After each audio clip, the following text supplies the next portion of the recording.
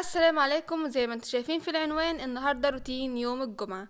يوم الجمعة بالنسبة لأي طالب في تالتة ثانوي فده بيكون يوم عبارة عن يا امتحانات، يا اما بيكون ان هو مثلا مش فاهم محاضرة فبيرجع لها كمان يرجعها يوم الجمعة، او تراكمات. ده يوم الجمعة بالنسبة لطلاب تالتة ثانوي.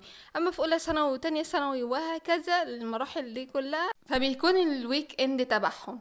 بس هنعمل ايه النهارده بقى في الروتين بتاعنا؟ اول حاجه هنعملها ان احنا نكتب المهام اللي علينا، ودي المهام اللي عليا كلها يا جماعه. وبعدين بدات ان انا ابدا باول مهمه من المهام اللي عليا دي كلها، وهي ان انا عندي حل واجب كيمياء. بدات ان انا احل، بس بصراحه الواجب كان حلو يعني مش وحش، وكان تمام يعني ده بدأته. بدأت ميتا روتين يوم الجمعة. بدأت أول حاجة من الساعة 8 الصبح، يعني ده كان التصوير ده وأنا بحل كان الساعة 8. أخدت ساعة في الحل، وكمان آه يعني في حدود ساعة وأنا بسمع الحل. وتعالوا شوفوا بقى وكملوا معايا الفيديو للنهاية. رسالة مهمة لأي طالب في تالتة ثانوي، وهي ان احنا حاليا خلاص في شهر 10. يعني ايه شهر 10؟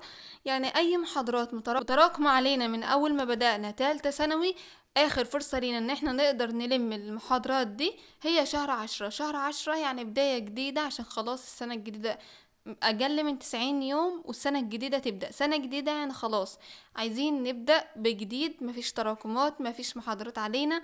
وكمان لو في مادة لسه ما بدأناهاش نقدر نبدأها في شهر 10، لان فعليا في طلاب بدأوا في شهر 10 وانجزوا وكملوا وجابوا مجموع عالي جدا. فبس كده، دي كانت نقطة كنت عايزة اقولها عشان تبقوا عارفين ان تقدروا تكملوا، تقدروا تبدأوا من جديد عادي. لو حد مراكم عادي يكمل، لو حد لسه ما بدأش مادة يكمل عادي.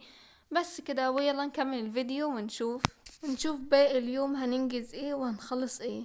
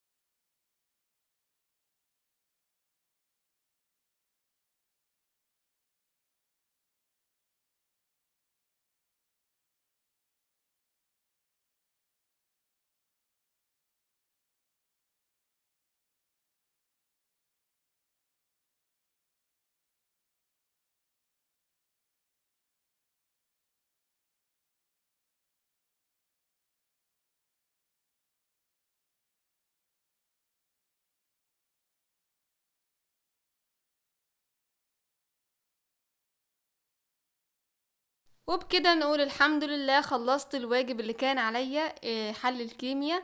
هبدأ بقى اسمع المحاضرة بتاع الحل، ونبدأ في سماعين محاضرة حل واجب الكيمياء.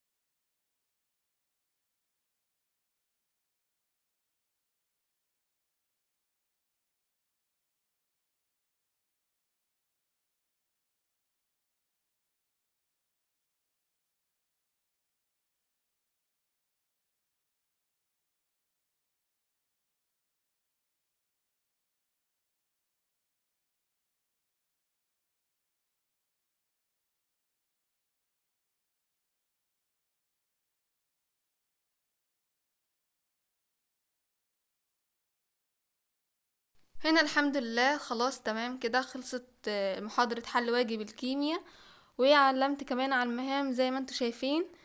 فاضل كتير بس ما نبصش للكتير، نبص للانجاز اللي احنا عملناه، وده سناك خفيف خدته. وبعدين هنبدأ في محاضرة العربي. بس حبيت اقول نقطة، وهو ان كان في بريك طويل شوية، اللي هو بريك الصلاة وكده، لان كان يوم الجمعة وكده، فالبريك بتاع الصلاة بيبقى مطول شوية. فبعد الصلاة عملت ايه، ان انا اتغديت، وكمان رحت اكلت السناك دوا، وبعدين بدأت بقى رجعت ان انا اذاكر، وهو ان انا سمعت محاضرة العربي النحو. اول حاجة بدأت بيها هو النحو، كمان دي تاني محاضرة ليا مع المستر محمد صلاح، لان المحاضرة الاولى انا صورتها ونزلتها عندي على القناة. لينك الفيديو هحطه عندي في الوصف هنا في الفيديو ده، علشان لو حد حابب يسمع الفيديو يقدر يشوفه.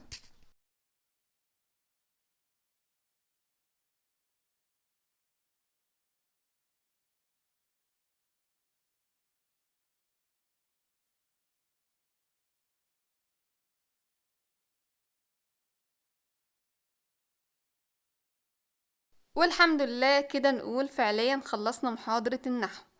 هعمل ايه بقى؟ ده سناك خفيف اخدته بعد ما خلصت النحو. بس يا جماعة انا هوريكم ازاي مشيت بالظبط بالترتيب. هو ان انا اول حاجة سمعت محاضرة النحو، وكمان ذاكرتها بس ما صورتش وانا بذاكرها، وكمان حليت مع نفسي في الاول بس برضو ما صورتش. بعدين اخدت السناك اللي هو الاندومي، وبعدين زي ما بوريكم هنا وانا براجع الحل اللي انا حليته مع المستر محمد صلاح. وتعالوا بقى نكمل الفيديو ونشوف هنعمل ايه تاني.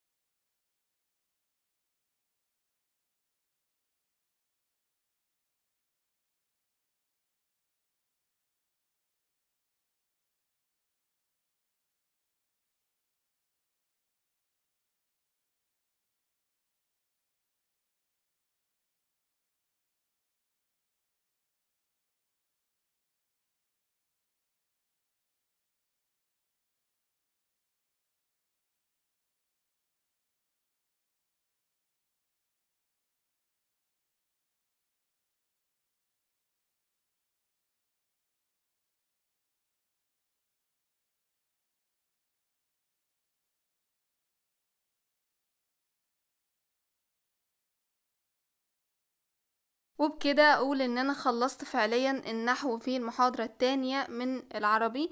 وبس كده اكون خلصتها. وانا يا جماعة هنا عملت وريتكم المهام، لان انا عملت ذاكرت وكده بس نسيت اصور للاسف. بس بوريكم كمان ما كانش فيه قصة، بس حليت المذاكرة بتاع اسئلة الثانوية العامة، حليت منها.